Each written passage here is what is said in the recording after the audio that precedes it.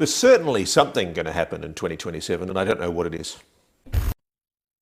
At that point, you only have a couple of months left. Depuis l'enfance, certaines images sont ancrées dans notre mémoire collective, ce qui a programmé notre esprit à voir le passé d'une certaine manière depuis longtemps. Et voici un petit exemple.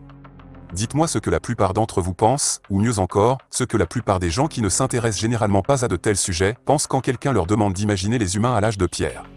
Probablement qu'à cette simple pensée, votre cerveau récupère automatiquement ce genre d'images et de visualisations que l'on nous a enseignées à l'école primaire, dans des livres et montrés dans des films. Des gens d'apparence primitive, vêtus de peau de bête, qui chassaient des mammouths ou d'autres animaux. Ils s'asseyaient autour d'un feu de camp et il y avait toujours une grotte où vivaient la plupart de ces personnes. Cela peut vous surprendre, mais ce scénario serait tout à fait exact. Dans un lointain passé, certains groupes de nos ancêtres auraient réellement vécu de cette façon. Mais vous êtes-vous demandé pourquoi ? Pourquoi des personnes dotées du même cerveau développé de l'homme moderne, avec la même intelligence, vivaient-elles dans des grottes comme celle-ci, alors qu'elles étaient certainement capables de construire des habitations en plein air ? Et comment ces grottes pouvaient-elles réellement convenir au mode de vie nomade de nos ancêtres, qui se déplaçaient d'un endroit à un autre, principalement à la recherche de nourriture ? Eh bien, selon certaines théories, ces grottes n'étaient pas vraiment un choix d'habitation pour ces gens. Elles servaient plutôt de refuge, car ils étaient en fait obligés de rechercher les abris les plus sûrs possibles. Et c'était à cause de ce qui se passait dehors, dans le ciel, au-dessus de leur tête. Car ne pas se rendre dans ces grottes signifiait une mort certaine pour eux. À cause de quelque chose qui, selon ces théories, pourrait à nouveau atteindre la Terre. Bienvenue sur La Vérité est ailleurs.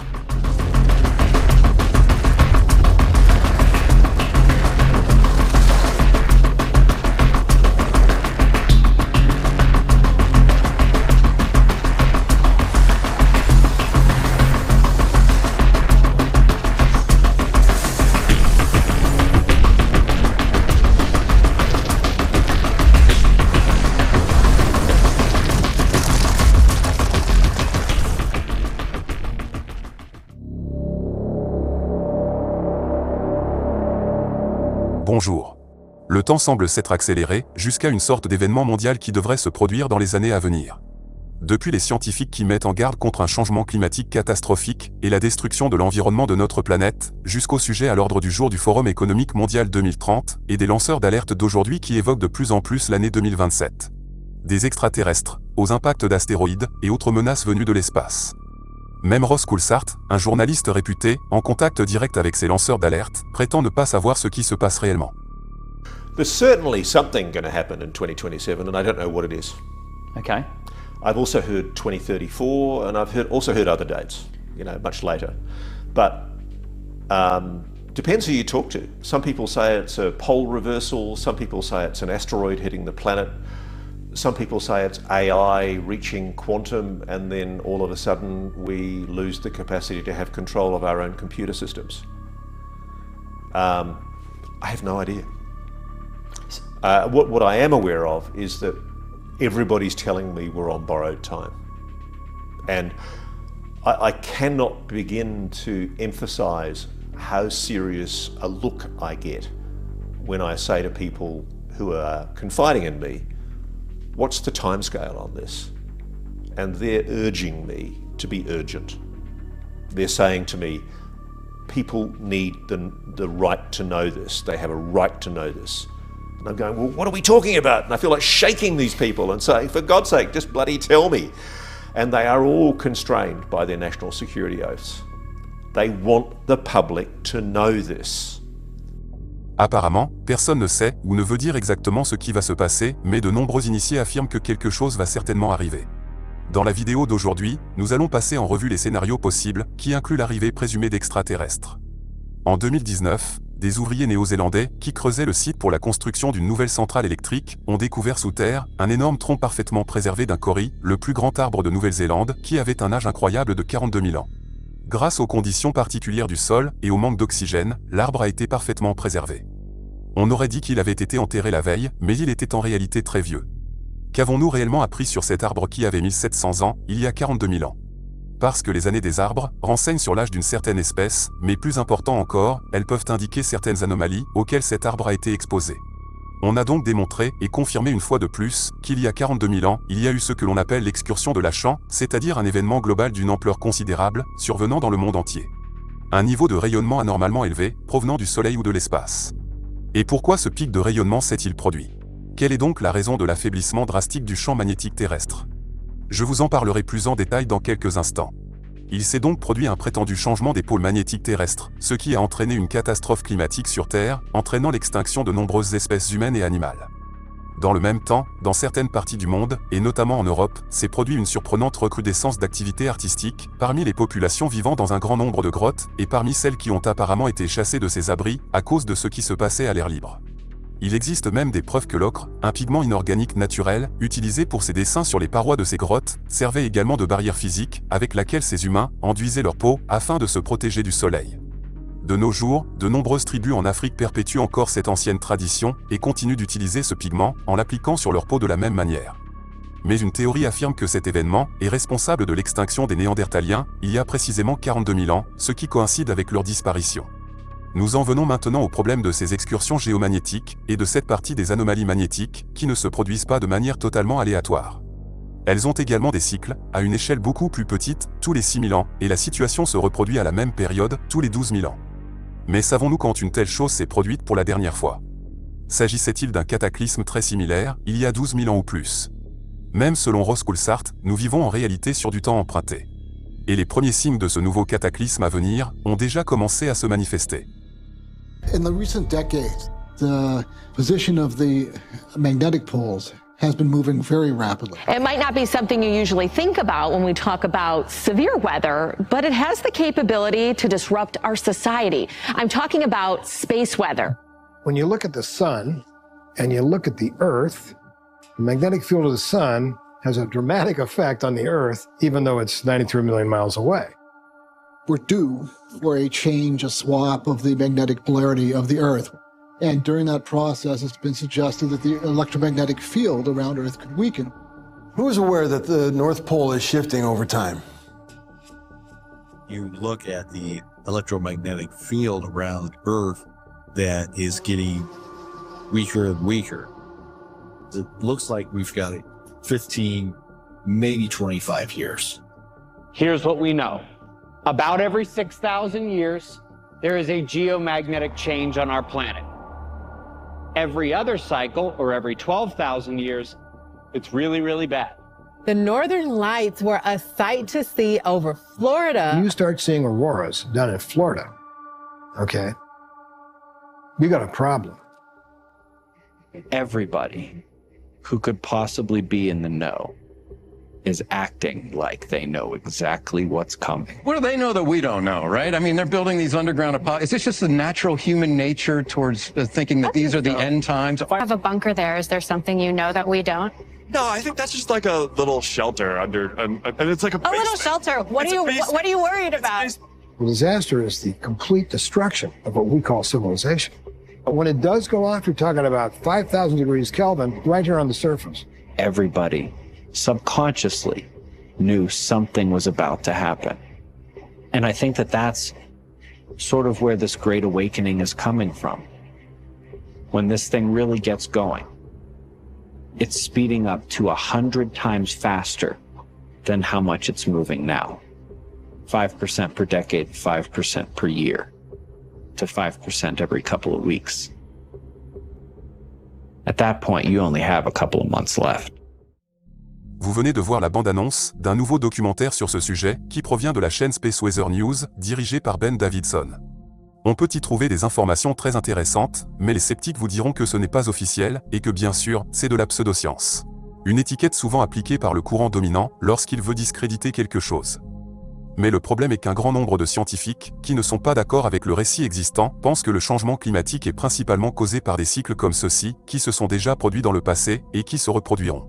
Et ce qui se passe réellement ces dernières années, c'est que le champ magnétique terrestre s'affaiblit et qu'on observe une possible accélération de l'inversion des pôles magnétiques terrestres, dont le mouvement est observé depuis plus de 100 ans, d'après des données scientifiques officielles. Ce phénomène a donc été confirmé. Le pôle magnétique nord de la Terre a inversé sa direction et s'accélère. Et la grande question est de savoir si ce processus va continuer à se produire, à s'accélérer davantage, comme vous pouvez le voir dans cette animation, ou s'il va ralentir et commencer à revenir dans l'autre sens, d'où il est venu. C'est quelque chose qui est presque impossible à prévoir, à moins qu'il ne s'agisse de cycles répétés à intervalles réguliers de 12 000 ans. Pour ceux qui ne le savent peut-être pas, c'est très important pour le champ magnétique terrestre, qui est en fait notre seule protection contre les énormes radiations solaires et cosmiques, qui sans cette protection, brûleraient littéralement la Terre, qui ressemblerait très rapidement à la planète Mars. Selon cette théorie, qui prend en compte plusieurs facteurs, tels que les événements cosmiques, l'activité du Soleil, mais aussi ce qui se passe sous la surface de notre noyau, ce champ géomagnétique se réinitialise périodiquement. Cela signifie que son affaiblissement est remplacé par le rétablissement de son équilibre et de sa pleine puissance. Mais ce processus n'arrivera pas du jour au lendemain, ce qui signifie qu'il faudra encore un certain temps. Cela se produit en quelques décennies, et l'ensemble du processus peut durer plus de 100 ans. Mais selon certaines recherches, nous sommes déjà profondément engagés dans ce processus, et vous pouvez déjà en remarquer les conséquences. En effet, à mesure que le champ magnétique terrestre s'affaiblit, le climat devient de plus en plus instable. Les températures augmentent drastiquement. Les tempêtes solaires pénètrent plus profondément et perturbent de plus en plus le fonctionnement de notre technologie, ce qui constitue déjà un énorme problème, car il existe une région dite sud-atlantique, dans l'océan Atlantique. Celle qui se trouve précisément au-dessus de la partie sud de l'océan, en Amérique du Sud et en Afrique. Comme le champ magnétique s'affaiblit encore plus rapidement à cet endroit, cela crée d'énormes problèmes pour les satellites au-dessus de cette zone. Même si ces phénomènes se produisent en plus du climat, ils auront également d'énormes conséquences sur notre civilisation. L'un des signes de ces changements, selon certains, est que l'impact sur notre technologie a déjà commencé à se produire lorsque certaines régions du Portugal, d'Espagne et de France ont récemment connu un grave problème avec leur réseau électrique et donc des pannes de courant. Il est intéressant de noter que bien qu'il existe certaines théories, personne ne sait vraiment ce qui est arrivé aux systèmes énergétiques de ces pays. Et certains pensent que cet effondrement s'est produit précisément à cause de cette fluctuation géomagnétique dans notre atmosphère. Bien qu'il soit logique que le champ magnétique continue de s'affaiblir et que le déplacement des pôles géomagnétiques continue de s'accélérer, ce scénario deviendra de plus en plus courant. Le problème avec ces événements géomagnétiques est qu'ils provoquent la mort. La disparition de nombreuses espèces qui ne survivent pas à ces événements, qui provoquent systématiquement des extinctions massives. Il est évident que nos ancêtres ont réussi à survivre à ces événements, et plus d'une fois, et nous en sommes aujourd'hui la preuve évidente. Mais s'ils se reproduisaient de nos jours, ils détruiraient notre civilisation très rapidement. Et sans notre technologie, nous retournerions très vite à l'âge de pierre. Cela signifie littéralement la fin de la civilisation telle que nous la connaissons. C'est un processus qui coûterait la vie à de très nombreuses personnes sur Terre. Et même ceux qui survivraient à cette catastrophe planétaire ne seraient pas plus avancés que leurs ancêtres. Parce que toutes nos technologies reposent bien sûr sur l'électricité. Un tel événement détruirait donc tout le système. Et bien sûr, la question est de savoir qui le reconstruirait. De tels événements entraîneraient évidemment le chaos le plus total, avec l'arrêt des réseaux électriques et l'arrêt des échanges commerciaux. Et sans électricité, sans carburant, sans nourriture, de nombreuses personnes se transformeraient très vite en meute de barbares. Un tel scénario pourrait donc se produire un jour, et il se produira probablement, car cela s'est déjà produit dans le passé, et à de nombreuses reprises. Le processus a déjà commencé et s'accélère, et nous en ressentons déjà les conséquences néfastes depuis les années 2000. Aujourd'hui en 2025, et dans les 20 prochaines années, un effondrement global pourrait survenir. Mais qui vous dirait ouvertement de telles choses? Qui vous dirait que la civilisation pourrait disparaître de votre vivant?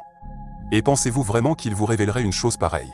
Évidemment, il ne le ferait pas, car cela provoquerait une énorme panique, et bien sûr, de l'apathie et du désespoir. Parce que les gens n'iraient plus à leur travail, pour maintenir un système voué à disparaître. En effet, qui continuerait de participer à cette mascarade, en sachant que vous allez bientôt mourir, et que pendant ce temps, les élites, et de riches milliardaires du monde entier, vont se réfugier dans des abris souterrains. Et comme le dit Mark Zuckerberg, ce n'est rien, c'est juste un petit abri souterrain, comme votre sous-sol. Il a juste oublié de vous dire que cet abri à Hawaï coûte 270 millions de dollars, et que ce n'est pas juste un petit sous-sol ordinaire. Étrangement, de nombreux super riches, comme Jeff Bezos, ou Bill Gates, en passant par Oprah Winfrey, et beaucoup d'autres, ont tous une activité récente en commun. En effet, ces derniers temps, tous ces gens achètent ou font construire ce genre de choses sur leurs propriétés, notamment un réseau de tunnels, menant à d'immenses et luxueux bunkers et complexes souterrains où ils peuvent survivre à de tels événements hypothétiques. S'agit-il d'un simple caprice de ces personnes riches, qui ne savent plus quoi faire de leur argent, ou est-ce une tendance inquiétante de personnes, qui ont reçu un avertissement sur ce qui va arriver? Jugez par vous-même. Mais ce qui est sûr, c'est que ces gens en savent certainement plus que le commun des mortels, et qu'ils ne le diraient certainement pas ouvertement, si de tels événements devaient arriver dans un avenir proche. Ils le cacheraient même sûrement de toutes les manières possibles. Vous vous souvenez probablement de l'histoire étrange, de la fermeture massive d'observatoires solaires, et de centres astronomiques du monde entier, suite à des prétendues attaques informatiques. À en juger par ces faits étranges, ce scénario commence à paraître de plus en plus réaliste. Et il semble vraiment que quelque chose va venir de l'espace, et donc maintenant, je vais ajouter une tournure choquante supplémentaire à toute cette histoire aujourd'hui.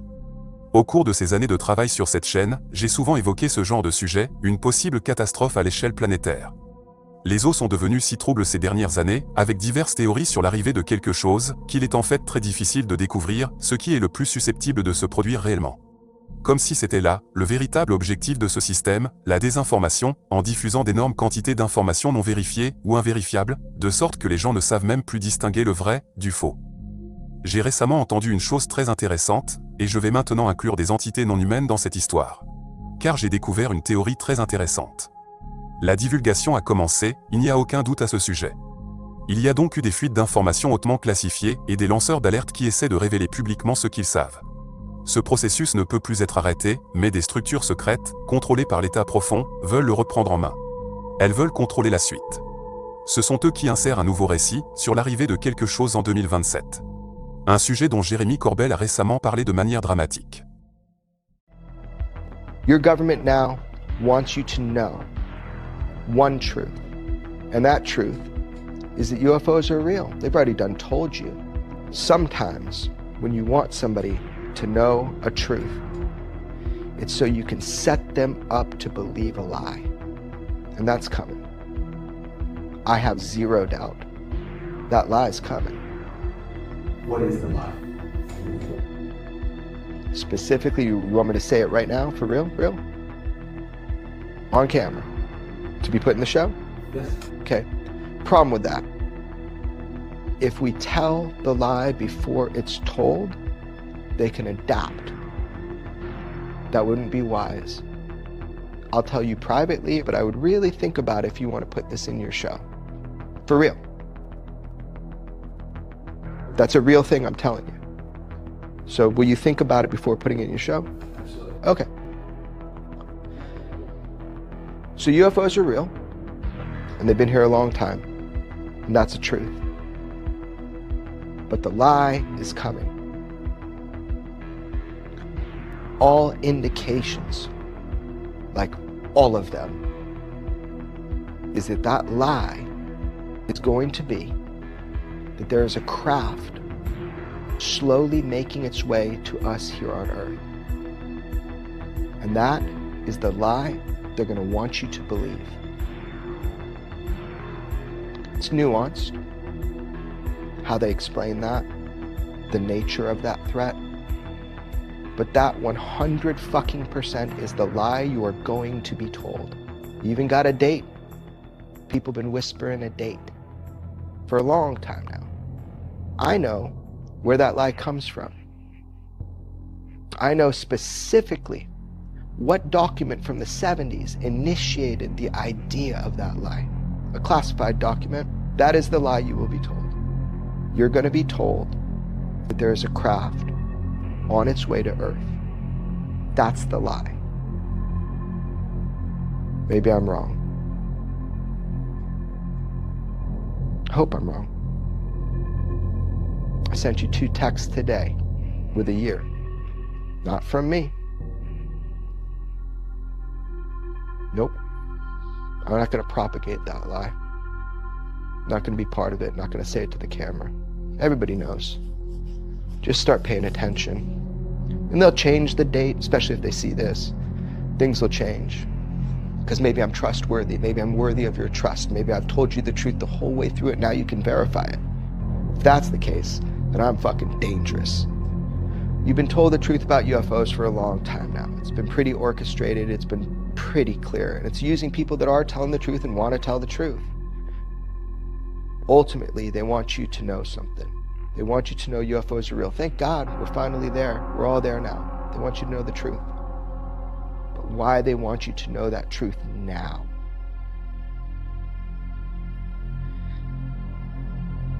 Hope I'm wrong, but it's terrifying. Think about it. Maybe it's good to get ahead of it. Call it out now before they do it. I'll be called crazy. That's okay.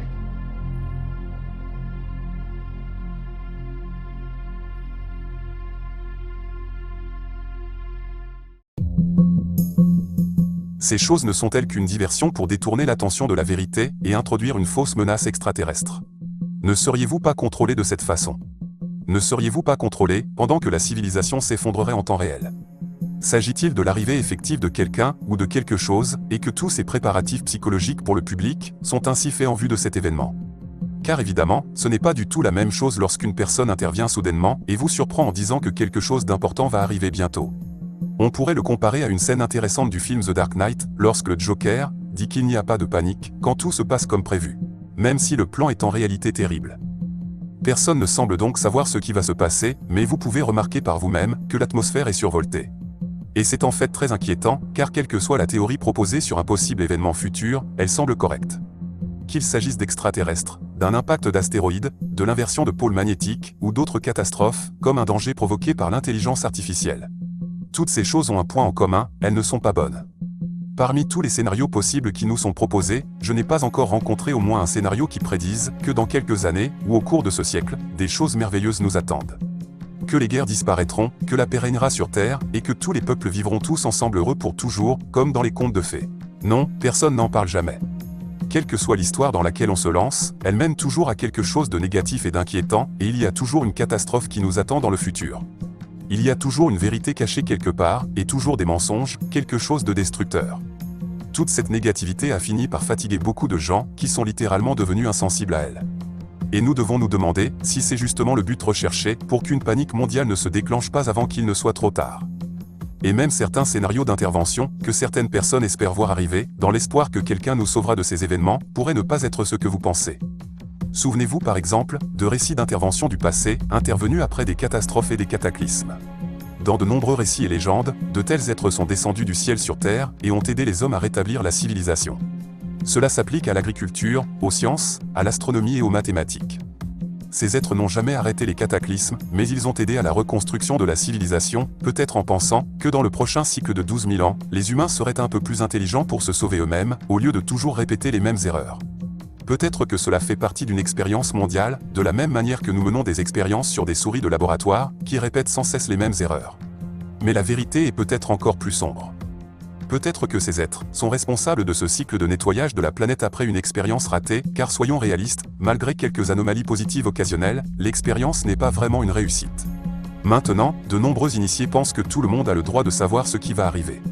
S'agira-t-il d'une inversion des pôles magnétiques, ou d'autre chose, que l'on veut nous cacher avec un énorme mensonge, comme une prétendue invasion extraterrestre?